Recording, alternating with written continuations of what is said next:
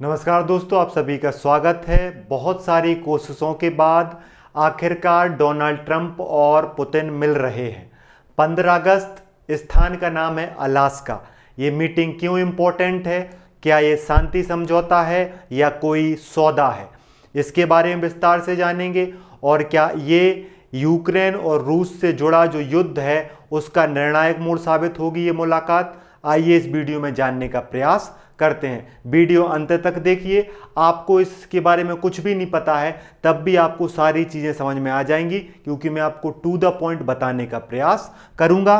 PDF इसकी जो है वो फ्री है, इस नंबर पर मैसेज करके आप प्राप्त कर सकते हैं। इस वाले वीडियो को हम इन 6 पॉइंटों के आधार पर समझेंगे कि जो अलास्का शिखर सम्मेलन है, जिसमें राष्ट्रपति डोनाल्ड ट्रंप और रूसी राष्ट्रपति व्लादिमीर पुतिन उच्च स्तरीय बैठक कर रहे हैं, उसकी पृष्ठभूमि क्या है, इसका ऐतिहासिक महत्व और संदर्भ क्या है, पहले नंबर पे ये जानेंगे। दूसरे नंबर पे जानेंगे मुख्य खिलाड़ी और उनके हित। अमेरिका, रूस, यूरोप, नाटो, चीन, भारत और यूक्रेन, इनके हित, इनके इंटरेस्ट कैसे कनेक्ट होते हैं इस मीटिंग से, इसके बारे में जानेंगे। आप समझिए, कूटनीति जो है वो चेस की तरह होता है, या आसान भाषा में आप समझिए लूडो की तरह होता है। आप चाल नहीं चल रहे हैं, लेकिन आप चाहते हैं कि आपके सामने वाला जो है आपके बाजू वाले की गोटी को खा ले, जिससे आपको फायदा मिले, क्योंकि आपका उससे बाजू वाला हार सकता है और आपकी जीत संभव हो सकती है।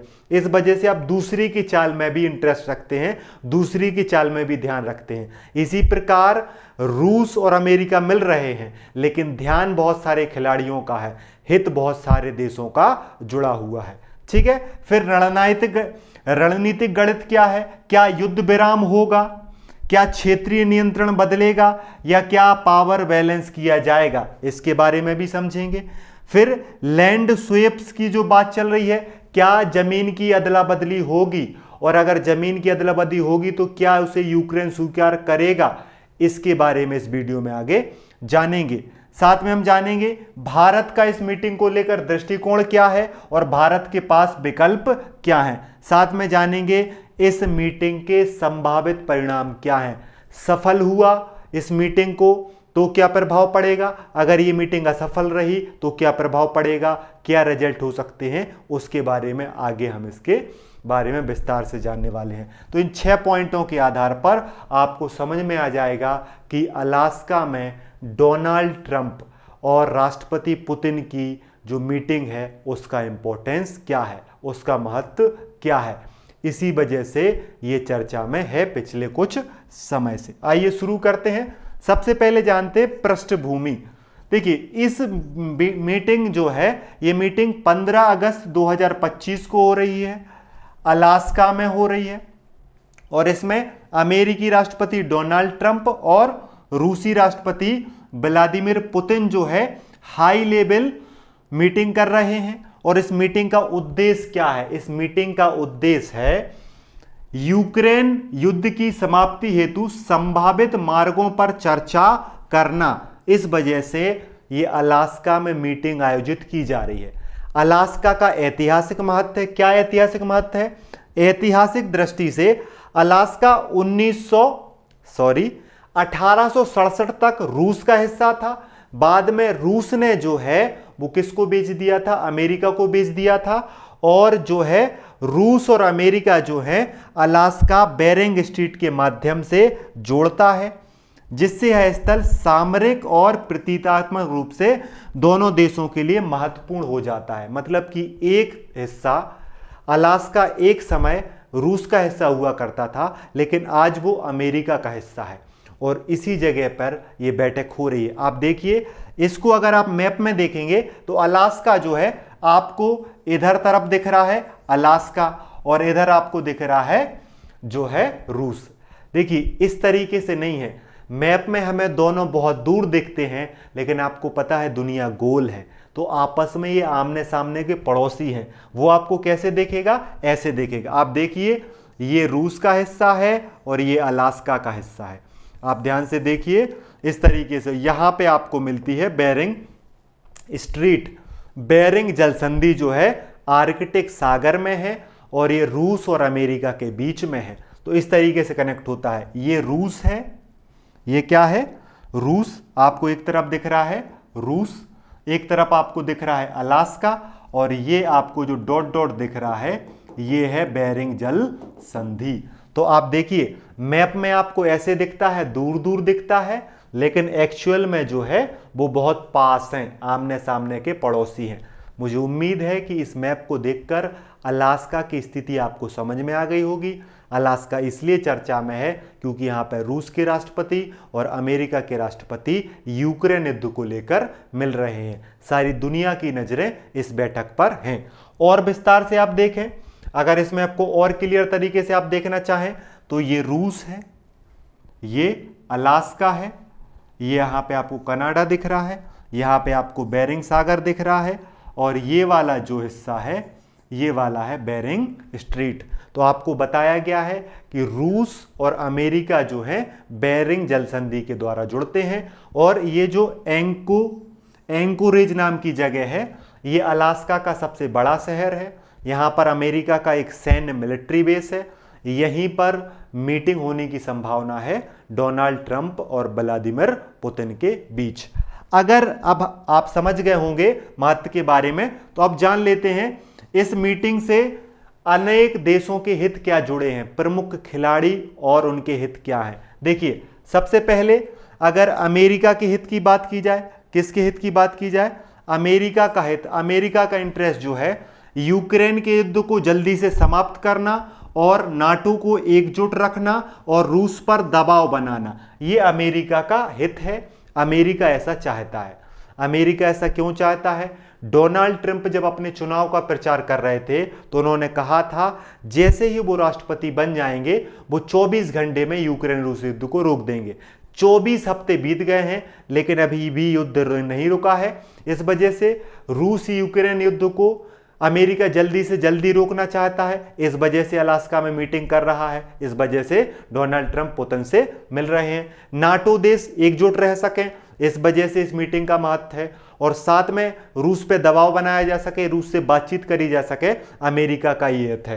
साथ में यूरोप में विश्वास बना रहे और घरेलू चुनाव में जो वादा किया है उसे निभाया जा सके, ये अमेरिका का हित है। इस मीटिंग से रूस क्या चाहता है? रूस क्रीमिया पर स्थायी नियंत्रण चाहता है, डोनबास का अधिग्रहण चाहता है और यूक्रेन को नाटो से दूर रखना चाहता है। तो इस मीटिंग में रूस का जो हित है वो है कि उसको क्रीमिया पर दुनिया जो है उसकी हामी भर दे, डोनबास उसका क्षेत्र हो जाए, दुनिया ये मान ले, और साथ में यूक्रेन ये कह दे कि वो नाटो का सदस्य नहीं बनेगा। ये रूस चाहता है। साथ में रूस प्रतिबंधों में नरमी चाहता है और आंतरिक राजनीति में स्थिरता चाहता है, वो भी युद्ध को समाप्त करना चाहता है। ये रूस का हित है। यूरोप और नाटो क्या चाहते हैं? यूरोप और नाटो चाहते हैं कि रूस की विस्तारवादी नीति रुक जाए, ऊर्जा और शरणार्थी वाला संकट जो है वो नियंत्रण में आ जाए। ये रूस चाहता है, नाटो चाहता है। साथ में रूस और नाटो चाहते हैं कि शांति स्थापना हो जाए, लेकिन इस पे पश्चिमी यूरोप शांति की बात करता है, पूर्वी यूरोप जो है वो चाहता है कि रूस पे थोड़ी सी कठोरता दिखाई जाए। ठीक है। चीन क्या चाहता है? चीन चाहता है कि रूस को पश्चिम देशों से दूर रखे, अमेरिका का ध्यान जो है एशिया प्रशांत से हटाना चाहता है। रूस चाहता है कि अमेरिका ताइवान वाले मुद्दे पर, कंबोडिया वियतनाम वाले मुद्दे पर, इन मुद्दों पर, चीन दक्षिणी चीन सागर है उस मुद्दे पर, वहां पर अमेरिका का ध्यान ना जाए। अमेरिका यूक्रेन वाले मसलों में फंसा रहे, इजराइल और गाजा वाले मसलों में फंसा रहे, ये चीन चाहता है।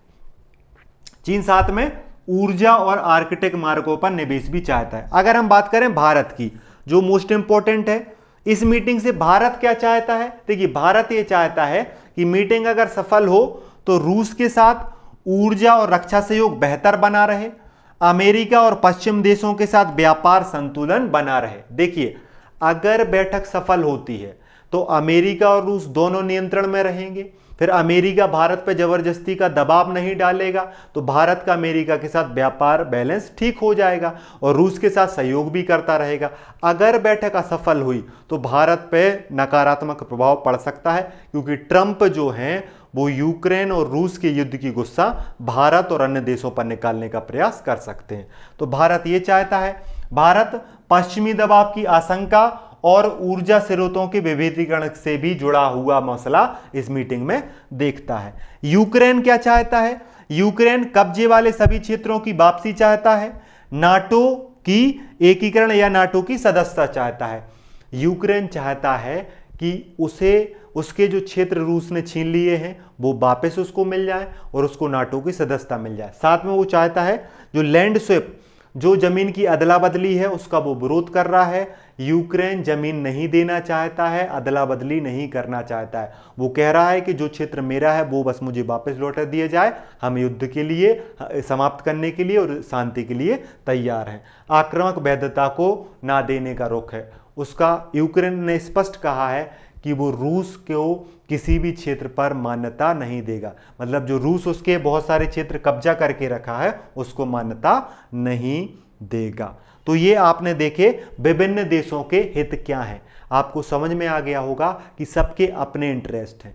यूरोप कुछ और चाहता है, चीन कुछ और चाहता है, नाटो कुछ और चाहता है, भारत कुछ और चाहता है। तो ये आपने समझ लिए। इसको आप स्क्रीनशॉट ले सकते हैं, चाहें तो आप पीडीएफ भी प्राप्त कर सकते हैं। अब देखें इसमें गणित क्या है। इसमें जो डिप्लोमेसी मैथमेटिक्स है या कूटनीतिक या राजनीतिक जो गणित है इस मीटिंग को लेकर, वो पहला गणित है रूस और अमेरिका का समीकरण। ट्रंप प्रशासन द्वारा प्रस्तावित संभावित समझौते में रूस को क्रीमिया और डोनबास पर स्थायी नियंत्रण दिया जा सकता है, जबकि खेरसोन और जोपेरिजिया पर आंशिक वापसी की संभावना है। मतलब कि अमेरिका और रूस के बीच जो इक्वेशन बन रहा है उसमें रूस को कुछ क्षेत्र पर नियंत्रण दिया जा सकता है, रूस को कुछ कब्जे पर मान्यता दिया जा सकता है और उससे कुछ वापस मांगा जा सकता है। ये वाली गणित जो है रूस और अमेरिका की गणित है। यूरोप की गणित क्या लगा रहा है? यूरोप प्रतिक्रिया दे रहा है। पश्चिमी यूरोप समझौते को यथार्थवादी मान सकता है, लेकिन पूर्वी यूरोप असंतोष रहेगा। जो यूरोप जो है रूस से बॉर्डर शेयर करता है उसको लगता है अगर आपने जमीन की अदला बदली कर ली, अगर रूस को कुछ क्षेत्रों पर मान्यता दे दी तो वो आगे चलकर अन्य देशों को भी परेशान कर सकता है। इस वजह से पूर्वी यूरोप, जो यूरोप रूस के नज़दीक है, वो असंतोष रह सकता है। जो थोड़ी दूर है, फ्रांस हो गया, पुर्तगाल हो गया, जर्मनी हो गया, ये पश्चिम वाले यूरोपीय देश कहलाते हैं। ये यथार्थवादी मानेंगे कि जो हो रहा है ठीक हो रहा है, शांति होना चाहिए, हमें ये चाहिए। ठीक है। सैन्य परिदृश्य क्या है? किसी भी समझौते के बाद नाटो को पूर्वी मोर्चे पर उच्च सतर्कता बनाए रखनी होगी। कोई भी स्थिति हो, शांति की स्थिति हो तब भी तैयार रहना पड़ेगा, और अशांति की स्थिति हो या समझौता खारिज हो जाए तब भी नाटो को एक्टिव रहना पड़ेगा, क्योंकि रूस रिएक्ट कर सकता है, यूक्रेन रिएक्ट कर सकता है। इस वजह से ये गणित जो है ये भी लगाई जा सकती है। मतलब कि अगर जमीन की अदला बदली हुई तो वो रूस और अमेरिका का समीकरण बैठ जाएगा, लेकिन यूरोप प्रतिक्रिया दे सकता है, यूक्रेन प्रतिक्रिया दे सकता है। इस वजह से तैयार रहना जरूरी है। जमीन की अदला बदली का क्या मसला है? देखिए, ये जो आपको लाल वाला क्षेत्र दिख रहा है, लुहांस्क, डोनबास, जोपोजिया और खेरेसान, ठीक है, और क्रीमिया, ये वाले जो क्षेत्र हैं ये यूक्रेन का हिस्सा हुआ करते थे, लेकिन अभी इस पर जो है रूस का कंट्रोल है। ये बीबीसी ने मैप दिखाया है। इस मैप के अनुसार ये वाला जो क्षेत्र है, इसी वाले क्षेत्र को लेकर ज़्यादा मसला फंसा हुआ है। इन्हीं वाले क्षेत्र पर डिसीजन होना है कि रूस वापस हटेगा या रूस अब इस पर नियंत्रण रखेगा। उसी को लैंड स्वैप बोला जा रहा है। इसके तहत रूस के क्षेत्रीय दावों को स्थायी किया जाएगा और नाटो के विस्तार को जो है वो रोका जाएगा। अमेरिका के लिए युद्ध विराम मिल जाएगा, अमेरिका के लिए यूरोप में स्थिरता मिल जाएगी, परंतु रूस की आक्रामकता को आंशिक जीत के रूप में अमेरिका को स्वीकार करना पड़ेगा। अगर क्षेत्रों पर मान्यता अमेरिका ने दे दी तो ये आंशिक जीत मानी जाएगी रूस की, जिससे उसके क्षेत्रीय दावे जो हैं मजबूत हो जाएंगे। लेकिन यूक्रेन के लिए संकट है, यूक्रेन के लिए हानि है, यूक्रेन के लिए नुकसान है। अगर लैंड स्वैप होता है, अगर जमीन की अदला बदली होती है तो उसकी राष्ट्रीय संप्रभुता अपूर्ण हो जाएगी और संभावित घरेलू असंतोष बढ़ जाएगा। जेलेंस्की बार बार कह रहे हैं, वो यूरोपीय नेताओं से बात कर रहे हैं, वो डोनाल्ड ट्रंप से बात कर रहे हैं, वो सोशल मीडिया पे कह रहे हैं कि वो अपनी जमीन का कुछ भी टुकड़ा रूस को नहीं देंगे, क्योंकि अगर रूस को ये दे दिया तो ऐसा लगेगा कि उसको युद्ध के नरसंहार के इनाम में यूक्रेन की जमीन दी गई है।